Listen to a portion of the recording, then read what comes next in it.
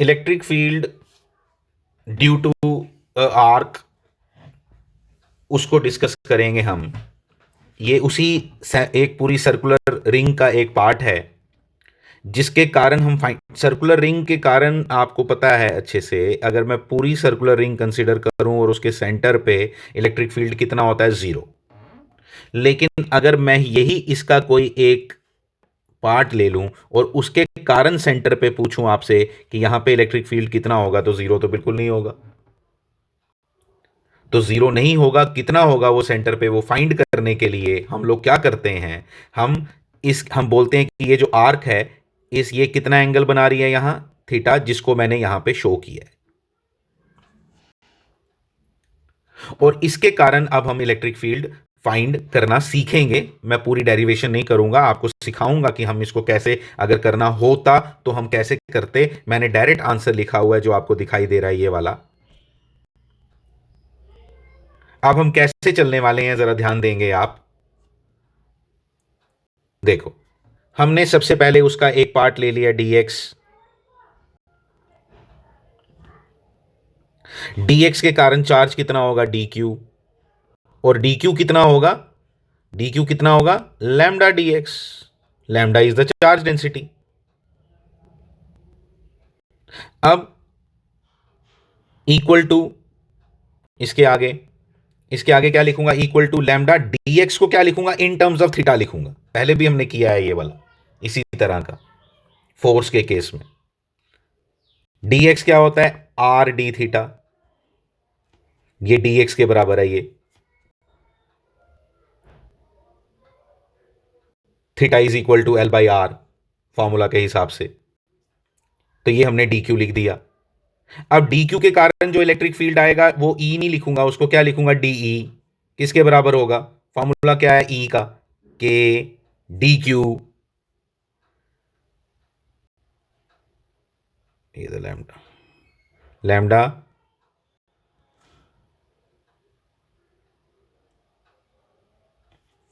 के lambda r d theta divided by r square. ये d आया, कहां है ये डी, देखना है हमने। ये देखो डी, किसके कारण, इस डी एक्स के कारण। मैं दोबारा बनाता हूं, ऐसे डी ऐसा आएगा,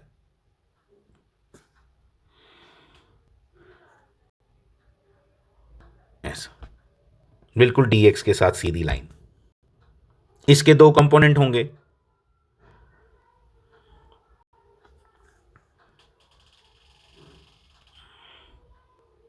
एक ये, एक ये।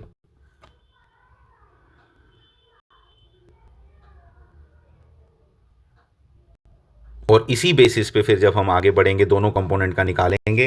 वो जो प्रोसेस है एक, वो सब नहीं हम करने वाले, उसको इंटीग्रेट करके, दोनों को इंटीग्रेट करके, फिर उनका अंडर रूट लेके, इन दोनों कंपोनेंट्स का अंडर रूट लेके we get this answer. Derive नहीं कर रहे अभी, अभी उसको छोड़ दो, हम डायरेक्ट फॉर्मूला यूज करना सीखेंगे। और आप इसको समझना जरा, अगर मैं बोलता सेमी सर्कुलर रिंग, तो सेमी सर्कुलर रिंग बोलता तो थीटा किसके बराबर होता, 180 डिग्री। यानी कि साइन थीटा बाई 2 किसके बराबर होता, 1। साइन 90 इज इक्वल टू 1 होता है। तो इसलिए सेमी सर्कुलर रिंग के लिए ईपी इज इक्वल टू क्या आना था, 2k लैम्डा अपॉन आर। फिर उसके बाद अगर सर्कुलर के लिए बोलता तो थीटा इक्वल टू 360 डिग्री। पूरा सर्कुलर रिंग के लिए क्या बोलता, थीटा इक्वल टू 360 डिग्री,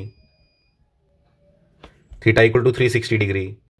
तो साइन थीटा बाई 2 आराम से equal to sine 180 degree. Sine 180 कितना होता है, 0। आंसर क्या आना था, ई का पूरी सर्कुलर के लिए 0, वो हमने पहले भी डिस्कस किया हुआ है। तो ये सारी कहानी है इसको लेके, जिसका फॉर्मूला आप ये याद रखोगे, कौन सा, 2k लैम्डा अपॉन आर। लेकिन याद रखना ये किसके लिए है, ये कब, सेंटर पे इलेक्ट्रिक फील्ड कितना होता है, एक किसकी, एक एक सर्कुलर आर्क की। This is a circular arc. तुम्हें मालूम है बड़े अच्छे से इसको, क्या मैं अंडरस्टैंडिंग कैसे करूंगा, this is a circular arc. अब हम आगे बढ़े, हमने देखा आगे क्या है, आगे एक डिस्क है, रिंग नहीं है, डिस्क है। पहले रिंग की एक्सिस पे निकाला था, अब डिस्क की एक्सिस की बात कर रहे हैं, और वो डिस्क की एक्सिस का जो आंसर है वो ये लिखा है, याद रख लो। डिस्क की एक्सिस पे ये रहता है, फिर वो भी एक्स की टर्म्स में था, कौन सा, रिंग वाला, ये भी एक्स की टर्म्स में ही है। फिर हमने एक और इसके नीचे डिस्कस किया है, अगर आर इंफिनिटी हो जाए, देखो लिखा है यहां, if r tends to infinity then it is called a infinite sheet. जब इसको इन्फिनाइट शीट बोलते हैं तो इन्फिनाइट शीट का मतलब हो गया आर की वैल्यू कितनी बोल दी है, इंफिनिटी, आर इंफिनिटी डाल दो इधर।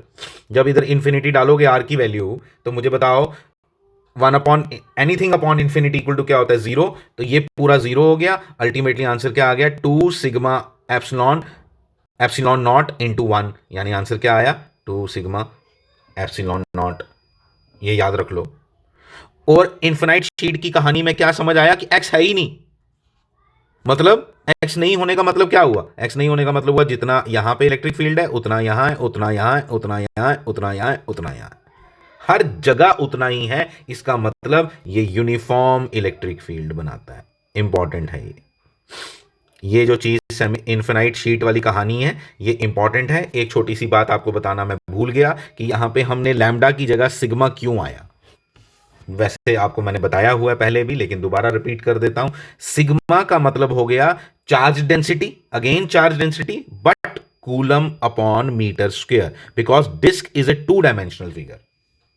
लैम्डा वहां यूज करते हैं जो 1 डायमेंशनल फिगर हो, लाइन चार्जेस के लिए। ये एरिया चार्ज है लगभग, और बाकी जितनी फिगर्स होती हैं उनमें वॉल्यूम होता है। अगर जब वॉल्यूम लेना पड़े, मतलब जिसकी तीनों डायमेंशंस हैं, उसमें हम रो यूज करते हैं। लेकिन फॉर द टाइम बिंग ऐसी कोई सोचने की जरूरत नहीं है। अभी आप सिर्फ इतना समझो, ये एक इंपॉर्टेंट वैल्यू है, ये तो आपको किसी भी हालत में भूलनी नहीं चाहिए, 2 सिग्मा अपॉन एप्सिलॉन नॉट, क्योंकि जब हम कैपेसिटर्स पढ़ेंगे तो ये दोबारा आएगा। Thank you.